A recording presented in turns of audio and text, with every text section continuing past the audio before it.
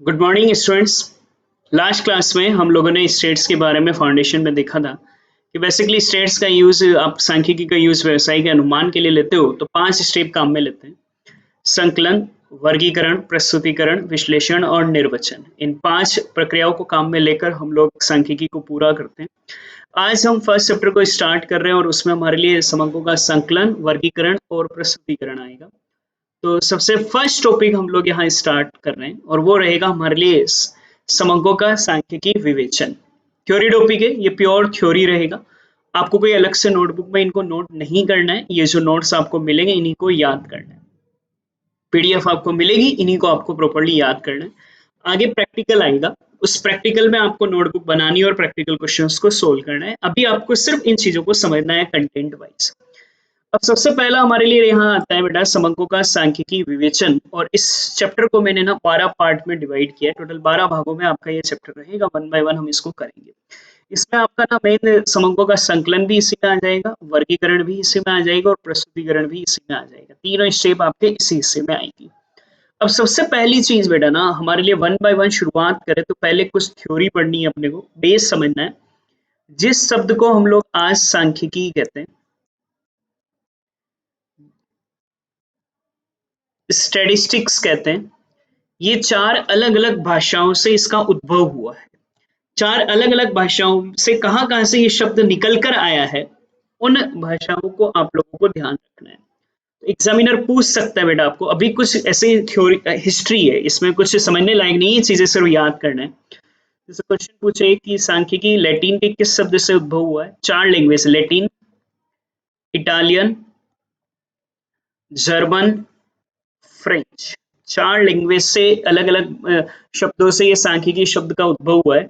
लैटिन्स के स्टेटस से, इटालियन के बेटा स्टैटिस्टा से, जर्मन के बेटा स्टैटिस्टिक से और फ्रेंच के भी स्टैटिस्टिक से ही, लेकिन वहां के की जगह क्यू यू ई लगता है। तो एग्जामिनर बोले कि सांख्यिकी शब्द लैटिन के किस शब्द से उद्भव हुआ है, तो याद रखना बेटा, याद रखना है चीजों को। लैटिन के स्टेटस से, इटालियन के स्टैटिस्टा से, जर्मन के स्टैटिस्टिक्स के, जर्मन में स्टैटिस्टिक्स से और फ्रेंच में भी यही रहता है। बट ना फ्रेंच लैंग्वेज की एक करेक्टरिस्टिक्स है बेटा हमारे लिए कि फ्रेंच लैंग्वेज में आप लोगों के लिए के की जगह के यूज ना कर कर हम लोग यहाँ पर के की जगह क्यू यू ई यूज करते हैं। तो स्पेलिंग थोड़ी सी अपने को ध्यान रखनी रहेगी। तो 4 शब्द होंगे, एमएस में ऑब्जेक्टिव पेपर है पूरा आपका, तो उनमें से टिक लगाना है प्रॉपर शब्द कौन सा है। तो लैटिन का स्टेटस, इटालियन का स्टैटिस्टा, जर्मन का स्टैटिस्टिक, फ्रेंच का बेटा स्टैटिस्टिक, क्यू याद रख लो, क्यू यू ई। फिर एक पॉइंट आता है कि सर ना इसका आधुनिक सांख्यिकी के जनक किसे कहा जाता है। जनक बोले या पिता हम लोग बोले, तो सांख्यिकी के जनक बेटा गोटफ्राइड आकेनवाल को कहते हैं। हर एक चीज आपको मिलेगी पीडीएफ में, बस उनको समझना है। गोटफ्राइड आकेनवाल को इन्होंने पहली बार 1749 में अपनी एक बुक पब्लिश करी थी। उस बुक में बेटा ना इन्होंने पहली बार दुनिया के सामने सांख्यिकी शब्द रखा। 12 हिस्सों में से पहला हिस्सा आपका खत्म। इसमें सिर्फ चीजें याद रखनी है, समझने लायक कुछ नहीं है। उसके बाद हमारे पास जो सेकंड पॉइंट आता है ना बेटा, वो हमारे लिए कहलाएगा सांख्यिकी की परिभाषा। बेटा क्योंकि ऑब्जेक्टिव पेपर है तो आपको परिभाषाएं याद नहीं करनी है, उनके ऑब्जेक्टिव पैटर्न को समझना है। सांख्यिकी की परिभाषा दो रूप से परिभाषित होती है। एक कहते हैं एक वचन के रूप में और एक कहते हैं बेटा हम लोग बहुवचन के रूप में। एक होता है हमारे लिए एक वचन के रूप में बेटा और एक होता है हमारे लिए बहुवचन के रूप में। एक वचन के रूप में सांख्यिकी की एक ऐसी वैज्ञानिक विधि कहलाती है बेटा जिसमें हम समकों का संकलन, वही 5 प्रक्रिया, वर्गीकरण, प्रस्तुतिकरण, विश्लेषण और निर्वचन करते हैं। तो एक वचन के रूप में हम लोग सांख्यिकी, क्वेश्चन ऐसा पूछ ले कि सांख्यिकी को वैज्ञानिक विधि के रूप में संकलन, वर्गीकरण, प्रस्तुतिकरण, विश्लेषण या निर्वचन में किस में परिभाषित किया जाता है, या आप लगाओगे ऑप्शन होगा एक वचन, बहुवचन, दोनों, इनमें से कोई नहीं। तो बेटा हमारे लिए वैज्ञानिक विधि जिसमें संकलन, वर्गीकरण, प्रस्तुतिकरण, विश्लेषण या निर्वचन करते हैं, उससे हम लोग बेटा एक वचन के रूप में टिक लगाएंगे। लेकिन बहुवचन के रूप में, ज्यादा बस कंटेंट को ध्यान रखना अपना, तो कोई पूरी पूरी याद नहीं रखनी बेटा। बहुवचन के रूप में सांख्यिकी से आशय समंकों से होता है, अंकीय समंकों से।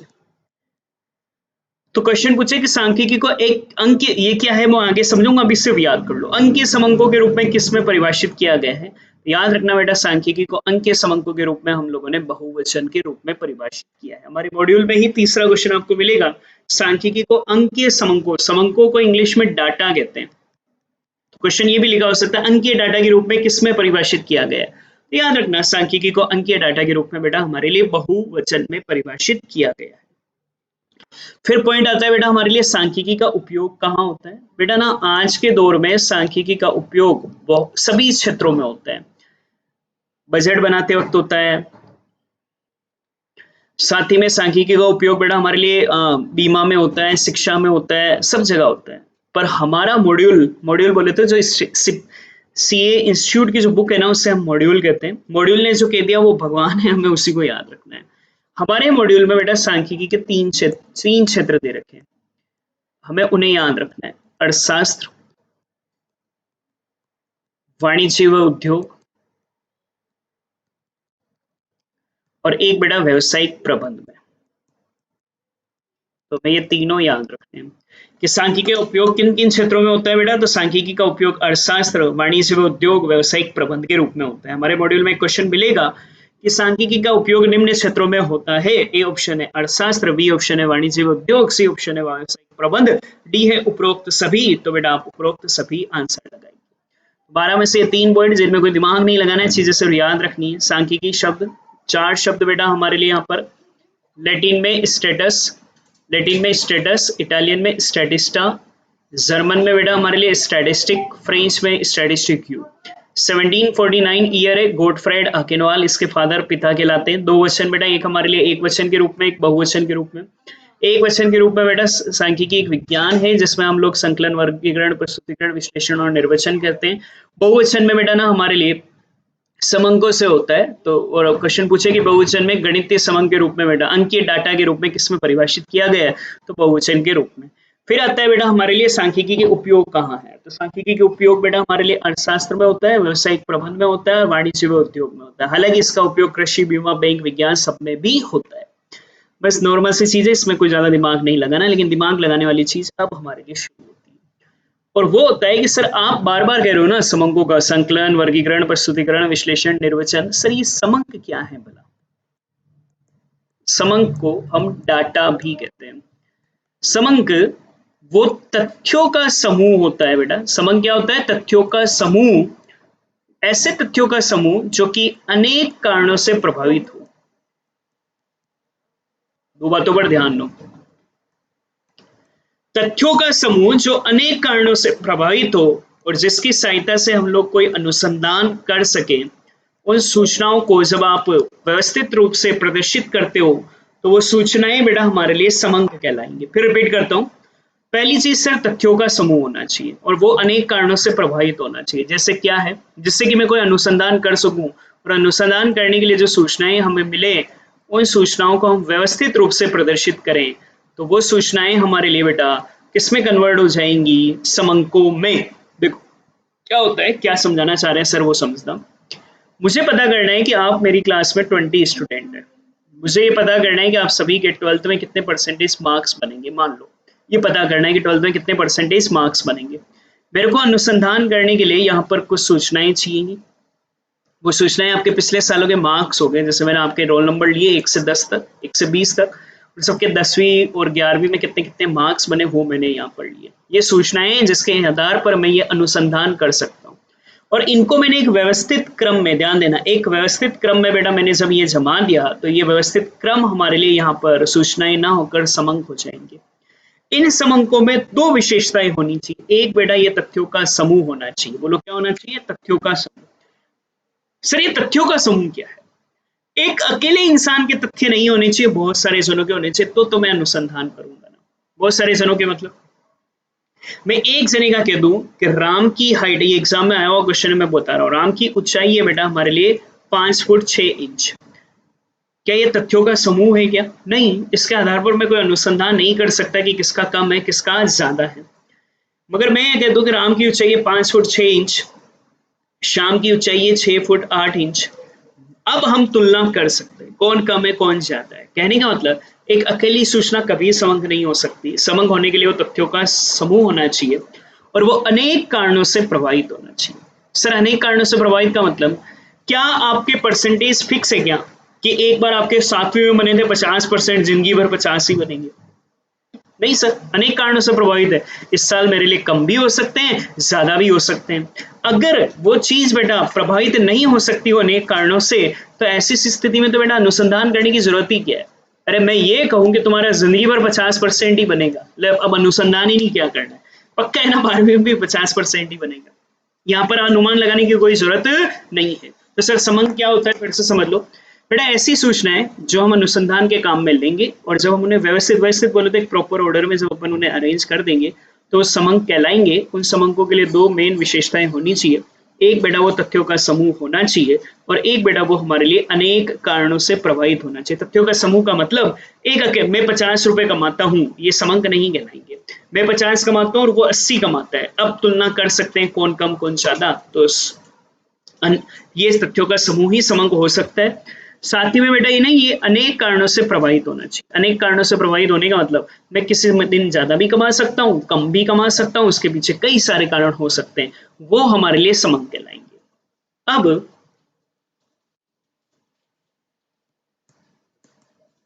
समंक ना बेटा हमारे लिए दो तरह के होते हैं। एक को कहते हैं गुणात्मक समंक, चाहे तो ऐसे छोटे छोटे चार्ट बना लें अगर चले लगे आपको तो। और एक को कहते हैं बेटा मात्रात्मक समंक, मतलब जिनकी सहायता से हम अनुसंधान कर सकते हैं ना, वो दो तरह के समंक होते हैं, एक गुणात्मक समंक और एक मात्रात्मक समंक। मात्रात्मक समंक को बेटा अंकीय डाटा भी कहते हैं, समंक को इंग्लिश में डाटा कहते हैं ना, अंकीय डाटा भी कहते हैं, गणितीय डाटा भी कहते हैं। क्योंकि आपका हिंदी मीडियम है ना, तो हिंदी मीडियम में बहुत सारे पर्यायवाची लगते हैं। इंग्लिश मीडियम तो एक ही कहते हैं इसको, न्यूमेरिकल डाटा, क्वांटिटेटिव। गणितीय डाटा भी कहते हैं, परिमाणात्मक समंक भी कहते हैं, और इन्हें हम चर भी कहते हैं। फिर से माइंड में बिठाओ। समंक मतलब सर वो सूचनाएं जिससे हम अनुसंधान करेंगे, ये दो तरह की होती है, या तो गुणात्मक या मात्रात्मक। मात्रात्मक को हम अंकीय भी कहते हैं, गणितीय भी कहते हैं, परिमाणात्मक भी कहते हैं और समंक भी कहते हैं। बेटा गुणात्मक समंक वो होते हैं जो किसी गुण तत्व को व्यक्त करते हैं। गुण तत्व का मतलब हमारी विशेषता को व्यक्त करते हैं। जैसे मैं तुम्हें ये पूछूं कि तुम्हारे कमरे का रंग कैसा है, ये रंग बेटा हमारे लिए गुण बताता है। तो मैं किसी का भी कलर पूछूं, रंग पूछ लूं कि फूलों का कलर कौन सा था, तो ये एक विशेषता है ना, ये गुण है, हमारी क्वालिटी है। मैं तुमसे पूछूं कि तुम्हारी राष्ट्रीयता क्या है, तुम क्या बोलोगे सर हम इंडियन हैं, तो ये राष्ट्रीय भारतीय होना हमारी एक गुण है, विशेषता है। मैं तुमसे तुम्हारी कोई आदत पूछूं, आदत, जैसे मैं कहता हूँ ना कि मेरी आदत है सर क्रिकेट खेलना, मेरे को पसंद है, ये मेरी गुण है, विशेषता है। ऐसे समंक जो हमारे लिए गुण तत्व को व्यक्त करते हैं, हमारी मॉड्यूल का 5वां ही क्वेश्चन मिलेगा बेटा, उससे हम लोग गुणात्मक समंक कहते हैं। जैसे रंग, राष्ट्रीयता, आदत, ये सब बेटा हमारे लिए गुणात्मक समंक होते हैं। इनको आप पैराग्राफ में बता दो ना अल्फाबेट में। सर आदत बोला सर खेलना मेरी आदत है। लेकिन ऐसे समंक बेटा जो कि हमारे लिए टेक्निकली अगर हम लोग कहें, जिन्हें हम लोग मात्राओं में, जिन्हें हम लोग किस में व्यक्त करें बेटा, मात्राओं में व्यक्त करें। मात्राओं का मतलब होता है बेटा कि हम लोग इन्हें संख्याओं में, संख्याओं में व्यक्त करें। तो ऐसे समंक जो गुण को बता रहे हैं वो तो है गुणात्मक। जैसे मैं तुम्हारा नाम पूछूं, जात पूछूं, समाज क्या है तुम्हारा, धर्म पूछूं, तुम कहाँ रहते हो, वो जगह जो तुम बता रहे हो ना बेटा, ये गुणात्मक गुण तत्व कहलाएगा। लेकिन मैं तुमसे मात्राओं में पूछूं, संख्याएं पूछूं, वो संख्याएं जब तुम बताओगे उन समंकों को हम लोग मात्रात्मक समंक हम लोग कहेंगे। जैसे मैं तुमसे पूछूं तुम्हारी हाइट कितनी है, तुमने बताया सर 5 फुट 6 इंच, तो ये मात्रा बताई ना अपने, गणितीय डाटा में बताया, गणित के अक्षरों में बताया, उन समंकों को हम लोग मात्रात्मक समंक कहते हैं। अरे समझ में आया? मैं तुमसे तुम्हारा घर का एड्रेस पूछूं तो गुणात्मक हो गया। मैं तुमसे तुम्हारे टेलीफोन नंबर पूछूं तो बेटा ये संख्यात्मक हो गया, क्योंकि तुम संख्या में बताओगे। मैं तुमसे पूछूं कि तुम्हारा 12th में बोर्ड क्या रहा है, तुम्हारा 12th में मीडियम क्या रहा है, तो ये गुणात्मक हो गया। मैं तुमसे पूछूं कि 12th में परसेंटेज कितने बने, मात्रात्मक समंक हो जाएगा। अब बेटा ये मात्रात्मक समंक ध्यान देना चर भी हमारे लिए कहलाते हैं, और ये दो तरह के होते हैं। मात्राएं संख्याएं दो तरह की कहलाती है, एक बहुत ध्यान से समझना है, एक को कहते हैं विखंडित चर और एक को कहते हैं बेटा सतत चर। मात्राएं दो तरीके की होती हैं, एक को कहते हैं विखंडित चर, जैसे 2, 4, 6, 8। ये बताओ गुण है या मात्रा है? सर मात्रा है, इसलिए मात्रात्मक चर कहलाएंगे। मैं यहां लिखूं 2, 2.8, 3, 3.9, 4, 4.6। मेरी बात पर बहुत अच्छे से ध्यान देना बेटा, ये भी मात्रा है, ये भी मात्रा है। मात्रा है तो ये चर कहलाएंगे, इन्हें हम लोग विखंडित चर, इन्हें हम लोग चर कहेंगे, मगर ये दो तरीके के हैं, एक को कहते हैं विखंडित चर। सामान्य तौर पर बेटा विखंडित चर ऐसी सूचनाएं होती जिन्हें दशमलव में नहीं दिखाया जा सकता। किसमें नहीं दिखा सकते? दशमलव में। कुछ ऐसी संख्याएं होती हैं जिन्हें डेसिमल में नहीं दिखा सकते, और कुछ और सामान्य अंतर पर ही आएगा, 2, 4, 6, 8, 10 ऐसे। और कुछ ऐसी चीजें होती हैं जिन्हें दशमलव में भी दिखा सकते हैं, उन्हें हम लोग सतत चर कहते हैं। जैसे कुछ उदाहरण देता हूं मैं, अगर आप लोगों से, मैं आपसे एक क्वेश्चन पूछता हूं,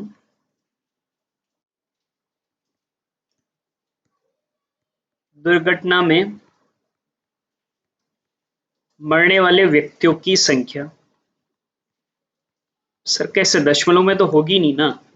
मैं क्या कहूंगा सर, 4 जने मरे या 5 जने मरे? कोई कहेगा नहीं सर 4.5 जने मरे। ये तो दशमलव में आ ही नहीं सकता ना, चाहकर भी ये आंसर। मैं पूछूं कि क्लास में विद्यार्थियों की संख्या कितनी है? विद्यार्थियों की संख्या भी बेटा कभी भी डेसिमल में दिखाना पॉसिबल नहीं है। पूरी पूरी दिखाओगे ना सर 50 जने या 51 जने, कोई कहेगा 50 जने बैठे हुए सर, संभव ही नहीं है हमारे लिए। इसी तरीके से ये समझना, जो चीजें दशमलव में आ सकती है, जैसे मैं आपसे आपकी ऊंचाई पूछूं 5 फुट 6 इंच आ सकता है, भार पूछूं सर 50.5 किलो, आयु पूछूं 6 साल या 18 साल 6 महीने, तो ये 6 महीने ऊपर जो बोल रहे हो ये बेटा दशमलव में आ रहे हैं हमारे लिए।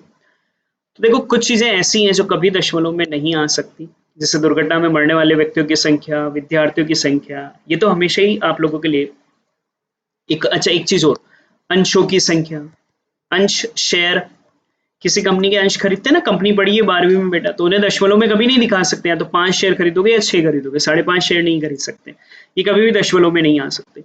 कुछ चीजें ऐसी जो दशमलव में आ सकती है, जैसे ऊंचाई, भार, आयु, दशमलव में आती है, इसलिए इन्हें सतत चर कहते हैं।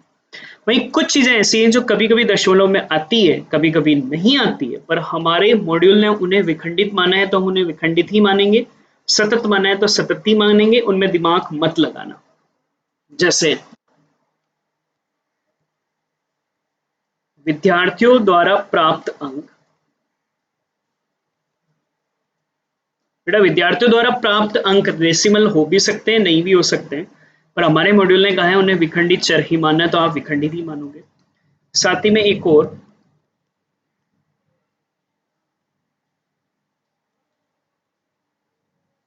वार्षिक आय, इससे भी अपने को विखंडित चर मानना है। 2 पॉइंट ऐसे जिन्हें आपको सतत चर मानना है। एक लाभों का वितरण, खैर इसमें भी दिमाग लगाने की जरूरत नहीं है, लाभों का वितरण आपको याद है, पढ़ा था आपने 12वीं में, पार्टनरशिप में रेशियो में लाभ बांटते हो, लाभ बांटते तो डेसिमल में आ सकते हैं।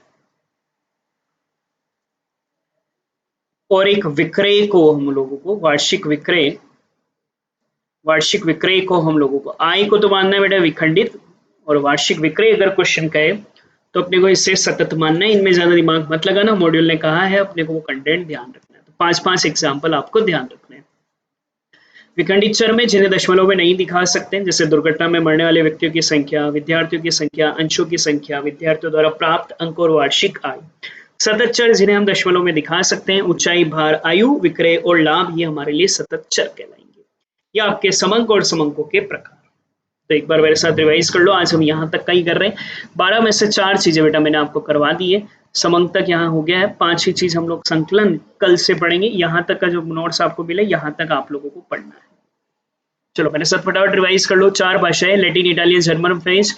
लैटिन में स्टेटस, इटालियन में स्टेटिस्टास, जर्मन में स्टैटिस्टिक, फ्रेंच में स्टैटिस्टिक्यू। फादर कौन है? तो गॉटफ्राइड एक्विनास 1749 में इन्होंने पहली बार इस शब्द को काम में लिया था। परिभाषाएं दो प्रकार की हैं, एक वचन और बहुवचन। एक वचन में बेटा एक वैज्ञानिक विधि है जिसमें हम संकलन, वर्गीकरण, प्रस्तुतिकरण, विश्लेषण और निर्वचन करते हैं। और बहुवचन में ये अंक के डाटा को प्रदर्शित करता है। तीन उपयोग होते हैं बेटा, अर्थशास्त्र, वाणिज्य, उद्योग और व्यावसायिक प्रबंध। और समंक बेटा हमारे लिए तथ्यों का समूह और अनेक कारणों से प्रभावित हो जिन वो सूचनाएं जिन्हें आप व्यवस्थित क्रम में जमा दो, उन्हें हम लोग समंक कहते हैं। समंक दो प्रकार के होते हैं बेटा हमारे लिए यहाँ पर, गुणात्मक और मात्रात्मक। गुणात्मक वो गुण तत्व जो गुण को बताएंगे, जैसे रंग, राष्ट्रीयता, आदत वगैरह। मात्रात्मक को हम लोग अंक डाटा, गणितीय डाटा, परिमाणात्मक समंक, संख्यात्मक समंक भी कह सकते हो। इन्हें मात्रा और संख्याओं में व्यक्त करते हैं। दो तरह के चर, इन्हें चर भी कहते हैं, विखंडित और सतत। जिन्हें दशमलव में नहीं दिखा सकते वो विखंडित, दिखा सकते हैं वो सतत। विखंडित के 5 एग्जाम्पल: दुर्घटना में मरने वाले व्यक्तियों की संख्या, विद्यार्थियों की संख्या, अंशों की संख्या, विद्यार्थियों द्वारा प्राप्त अंक, और एक आप लोगों का बेटा ना वार्षिक आय।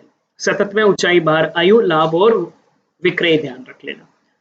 तो ये याद करना, ज्यादा इनमें समझने लायक नहीं है, सिर्फ कॉन्सेप्ट को याद रखना है। कल हम लोग बेटा आगे का रीड करते हैं।